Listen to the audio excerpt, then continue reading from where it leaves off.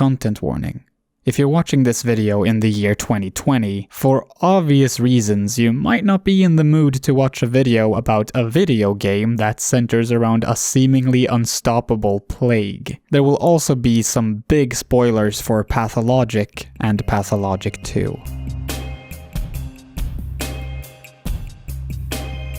The 2005 Russian cult classic Pathologic might be my favorite video game of all time. Since a lot has already been said about it, I'm not gonna be exploring everything the game has to offer. Instead, I'd like to share my personal experience with not just the first game, but also the 2019 sequel/remake Pathologic 2, and how they changed my entire perception of video game design and even the people who make games. Enough with this ridiculous meeting, you bunch of quacks. No type of medicine will help you here.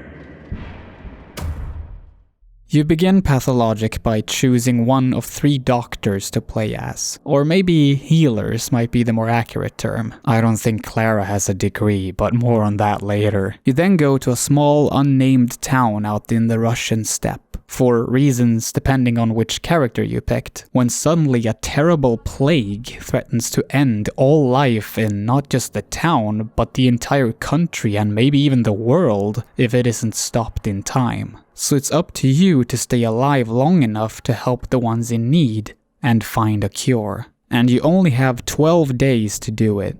Although, if you want the whole story, with all its various perspectives, you're gonna have to play through those same 12 days at least 3 times. And, good luck with that! The game is almost ridiculously punishing at times. Or actually, most of the time. And that's entirely by design. This is not your average Western role-playing game, where everything goes smoothly simply because you pick all of the morally good dialogue options. You suffer as much as the town. You starve as much as the town. And if you always put the needs of others above your own, you're very likely to die even before the plague gets you. And who will save the town then? This guy? Or maybe it's one of his identical knife-wielding twins. Although I have beaten all 3 Dark Souls games and replayed Bloodborne more times than I can remember, I don't exactly consider myself a fan of hard video games in general. Something about Pathologic spoke to me though, because it isn't just a hard video game. It was a serious attempt by the developers at Icepick Lodge to show the world what video games could potentially be. Remember, this game came out in 2005. This was 5 years before Roger Ebert wrote his infamous editorial about how video games can never be art, and made practically everyone in the video game sphere want to prove him wrong. Video games were, of course, already art before that, but few games, both before and after, have managed to be as thought-provoking about that fact as Pathologic. While I was aware and prepared for some of the painful curveballs the game was going to throw at me, I still felt I needed some guidance if I were to ever make it through the game even once. And since I didn't have any close friends who had played the game, I turned my attention to user-written walkthroughs on Steam. I started off reading them just a little, just to figure out where to go and who to talk to when the game wasn't very clear about it. Then I used walkthroughs a little more. And then a little more, and by the end, I had played through Pathologic with all 3 characters using walkthroughs almost constantly. Some might see this as cheating.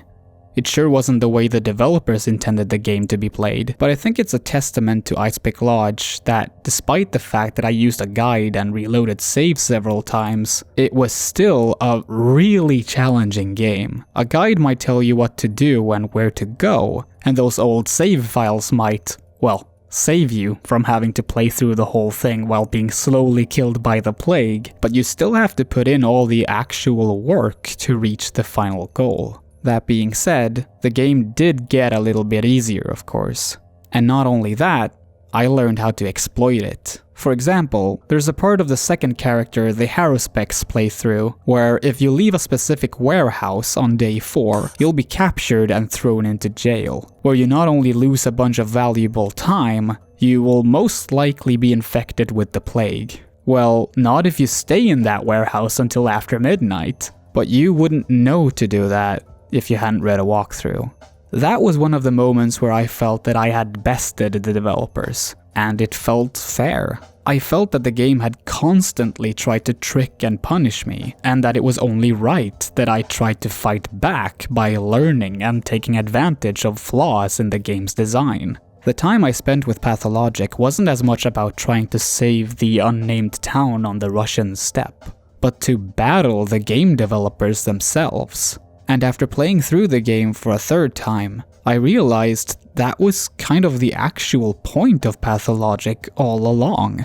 To play as Clara, or the Changeling as she's called, you first have to have finished the game at least once. And you totally should, because even though her quests are the most repetitive and honestly a bit boring at times, I feel that she is a vital piece to understanding what Pathologic is all about. The Changeling is different from the other characters. She doesn't come to visit the town. She just wakes up in a shallow grave at the local cemetery. She is literally born into this world as your avatar, with the knowledge you as the player have. My oh my. You know what? Tell me about your past, girl. Who are your mother and father? Where are you from? What did you do before you came here? Who saw you on your way? I can't. I don't know who's acting under my guise right now. I can only feel their hands. There is nothing wrong with saying this. I'm thinking aloud, and I would like to know whether the Harbinger agrees with me. For there is someone else speaking through your lips. Is there not? Yes, there is. These aren't just some comedic fourth wall breaks. They are acknowledgements of what little power the player character has without your input. The Changeling is simply a role you decide to play. Or in this case, that I decide to play. I mean, I didn't dress up like this for nothing. This is further acknowledged by the fact that the first time that you see the Changeling, along with the other playable characters, it's on a theater stage. And by taking this role, you choose to fight the sand plague that the developers put into this theater play. Or is it really that simple? All games are, in a way, basically about you trying to outsmart the people who made them. How do you beat that boss? What is the solution to this puzzle? What you are seeing is a boss, or a puzzle, but it's not them you need to beat, but the people who put them there. The boss acts according to behaviors provided by the developers, and the puzzle can often only be figured out once you understand the one and only solution the developers intended. You might not think about it that way if you're playing something with a low level of difficulty, but the harder a game is, the more clear it becomes. The developers both want you to succeed and not. They want you to get to the end of their game, of course, but they themselves are the biggest obstacle between you and that ending. Without them, the challenge wouldn't exist. And without you, the challenge will never be beaten. So who is to blame for the sand plague in Pathologic?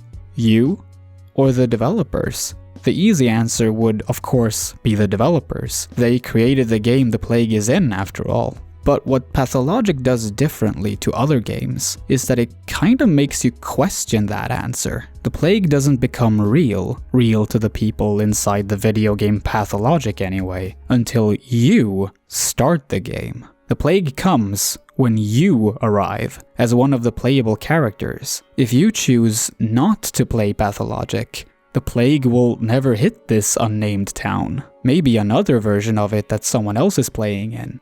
But you can't be blamed for that. Your conscience will be clean. The brilliance of the Changeling as a character is that there are two of her. One whom you control, and an imposter claiming to be you who's controlled by the developers. One tries to save the town, while the other one is actively spreading the plague. You are both the chicken and the egg.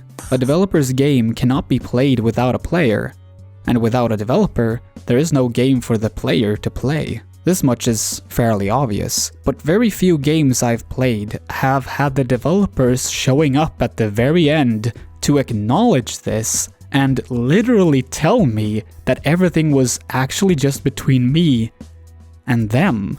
Pathologic isn't as much of a video game as it is an outright dialogue that takes place through gameplay. The developers ask you a question: will you beat our game? And your answer is how you play the game.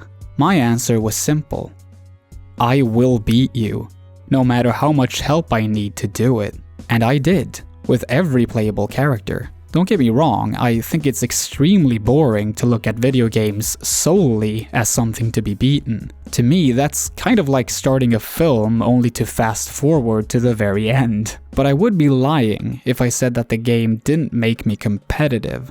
And in a parasocial relationship kind of way, it almost felt like the developers knew exactly what I had done during my playthroughs of the first game. A feeling I assume I share with a lot of Pathologic fans. Because when I started playing Pathologic 2, it was almost as a continuation of our metaphorical dialogue. "Could you beat our game?" they asked. "Yes, and here's how I did it," I replied. And then they used all the feedback they gained against me. "Oh, you used a walkthrough to find out where to go and what to do? Well, now you won't have enough time to do every quest even if you have a walkthrough. Death didn't bother you because you made a bunch of saves? Now you can only save in specific buildings and get permanent penalties for dying across all your saves. You managed to hoard a bunch of money? Well, on day 7 you can no longer use money to buy food, you little shit!" I didn't use walkthroughs very much while playing Pathologic 2, because they didn't really matter anymore. I still managed to find exploits. For example, when trying to give someone the proper medicine, I could simply reload saves and try every single one. It took longer than it would have with the old save system, but in really desperate situations, it felt like a reasonable sacrifice. Even so, this time around, it was definitely the developers who were beating me. I am genuinely surprised that I was actually able to reach the end of this game. I was constantly at the edge of defeat, constantly starving, and constantly being close to not making my daily quests in time. You don't beat Pathologic 2. It allows you to crawl to the finish line. My favorite moment from this game was when I had only like 1 day left before everything was finally over. But I was starving. All my food was gone, and there was barely anyone left to trade with. In the condition I was in, there was actually no way for me to reach the end of the game. But then I took a walk on the railroad on the south side of town. And I walked past the familiar opening in the wooden fence that leads to Bad Grief's lair. Grief had long since died of the plague, so I no longer had a reason to visit. But this time, I noticed a store selling food on the other side of that fence. A store that I must have walked past through 100 times and for some reason never noticed until now. I had no reason to believe that this store would be any different from the other ones. But out of desperation, and since it just happened to be the store closest to me, I went inside anyway. Then the shopkeep started talking to me, even before I had reached the counter. And that doesn't happen unless something is up. He said that this is one of the last shops in town that still takes money. I fucking cried! I sold almost everything I owned and bought every single piece of food available. And sure enough, I managed to get to the very end of Pathologic 2 and got to see the end credits roll by. It was like divine intervention, like the developers knew exactly what I had been going through and said, "Yeah, okay, I think we got our point across." But this was, of course, purely accidental. Had I played Pathologic 2 just slightly differently, I wouldn't have looked inside of that shop. Hell, maybe I wouldn't even have been in a situation where I needed to. But it was the absolute perfect way for my journey with the Pathologic games to end. You know what the funny thing is though? I didn't actually have to go through all of those struggles to get to that point. Because you see, the developers weren't just having conversations with people like me, who wanted to be challenged and wanted to beat the developers at their own game. They were also being talked to by people who found Pathologic 2 tedious, frustrating, and straight up bad. People who, and I try not to sound condescending by saying this, didn't get what the game is trying to do. I imagine that these kinds of reviews must have been frustrating for the developers, because it's really hard to counterclaim that people don't understand your game or don't even play it properly without coming off as a complete prick. So Ice Pick Lodge actually caved. They implemented not only 3 different difficulty levels, they allowed the player to customize their very own difficulty level, even though they still want to make it perfectly clear that this is not the way they want you to play. But despite clashing with the intent of the game, I think the addition of these extra difficulty levels make Pathologic 2 even better. Not just because I frankly believe that all video games should have customizable difficulty sliders. I mean, we have community-made mods for games that, in a way, do that already. But also because it was the natural next step for the meta story of this series. Pathologic 2 ended up becoming much more popular than its predecessor, and so a wider variety of people wanted to give it a shot. But some people might have been more interested in the story and the characters than the increasingly difficult survival aspect of the game. Personally, I think that's valid. It doesn't hurt my experience that someone else has played through the game without ever having starved to death. And I think it's reasonable of the developers at Ice Pick Lodge to acknowledge that if they try to talk to people through their games, it's not just going to be people who already agree with them who are standing on the receiving end. I published my first video on this revamped YouTube channel back in May 2020, and when I'm recording this video, it's November 2020. But those who watched my videos that came out in between knows that I've been critiquing video games professionally for much longer than that. Almost 10 years in fact, which makes me feel so fucking old. It all started when I got a freelance job at a local newspaper while I was still in upper secondary school. And then there was my first proper YouTube channel back in 2013. There is only one video that is still available on that channel today, and it's the video where I explained why I was quitting. I'm very happy with where those videos took me in life and all the people I got to know because of them, but I am deeply ashamed of the actual contents of those videos. This was during a time when the angry video game critic trend was still going relatively strong, and it was a trend that I tried to be a part of. Except I did it in Swedish. I did this for 3 years, and during that time I made a lot of videos where I was undeservingly harsh and angry with so many different video game developers simply because I didn't enjoy their games. I had literally no idea, or maybe I didn't even care, about the variety of reasons why these games could have turned out the way they did. I simply scolded them anyway. As a result, I most likely poured a lot of salt into the wounds of people who, in actuality, had very little control over how much time and money they were given to make their games. Maybe that isn't so strange, considering I learned how to talk about video games, in part, from people like the Spoony One, who angrily joked about stabbing the developers behind the video game adaptation of Pumpkinhead in the brain. I quit uploading to that YouTube channel because I felt done with being that angry. And that's perhaps the biggest reason why Pathologic and Pathologic 2 mean so much to me. I had met video game developers face to face plenty of times before playing these games, but talking to these characters, these avatars of the people who made the games, made me reflect on my past self in a way I never have. It made me realize that games aren't just challenges to be beaten, or artworks that we're supposed to one-sidedly analyze or solve,